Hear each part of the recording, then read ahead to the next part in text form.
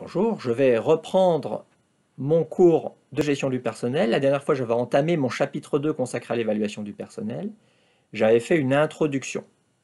J'en arrive maintenant à la section 1, les différents éléments du processus d'évaluation. Je vais là adopter une perspective dite instrumentale. Et je vais distinguer 5 éléments principaux. Il y a 5 éléments que l'on retrouve en général dans tout processus d'évaluation. Premièrement, les objectifs de l'évaluation.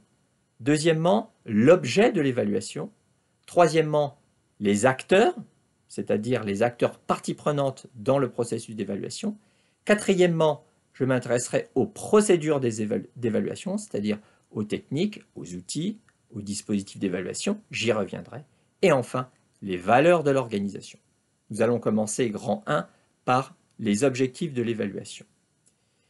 Les objectifs de l'évaluation du personnel sont très nombreux. Dans une étude déjà très ancienne, qui date de 1986, un chercheur Monnier avait déjà travaillé sur la problématique des objectifs de l'évaluation et il avait interviewé les DRH de l'époque.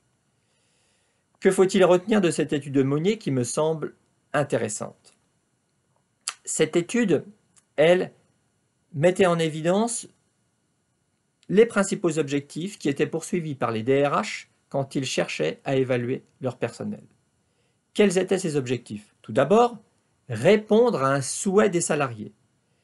Les salariés veulent en effet savoir ce que l'on pense d'eux. Les cadres, notamment, veulent évaluer leur perspective d'évolution dans l'organisation. Deuxième objectif, responsabiliser l'encadrement,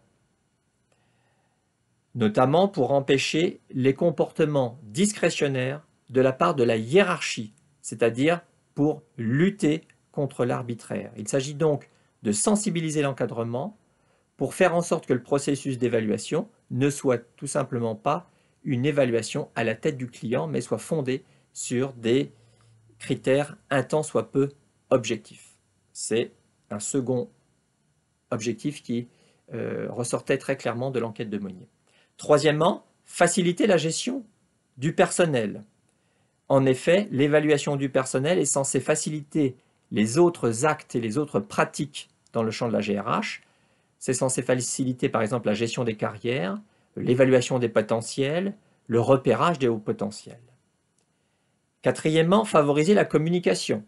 L'évaluation du personnel, notamment à travers le fameux entretien annuel d'évaluation, est censé favoriser la communication entre les managers et leurs collaborateurs, entre les salariés et leur N+1, comme on dit dans l'entreprise.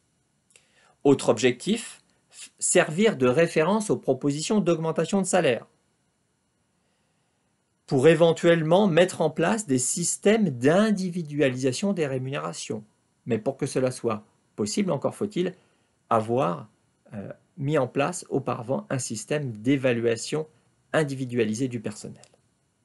Autre objectif poursuivi par les DRH à l'époque, c'est ce qui ressortait de l'étude de Monnier, fournir des données pour la formation. L'évaluation permet en effet de recueillir les besoins et les souhaits en matière de formation. Et puis, tous les autres objectifs, comme améliorer la productivité, valoriser les femmes et les hommes dans l'organisation, donner de la reconnaissance aux salariés, etc., etc. Donc, moralité, l'évaluation permet de répondre à toute une kyrielle d'objectifs. Il me semble que cette étude de Monnier a toujours une grande légitimité. Voilà pour les objectifs de l'évaluation. Dans une prochaine vidéo, je vous parlerai de l'objet de l'évaluation, une question redoutable. Au revoir.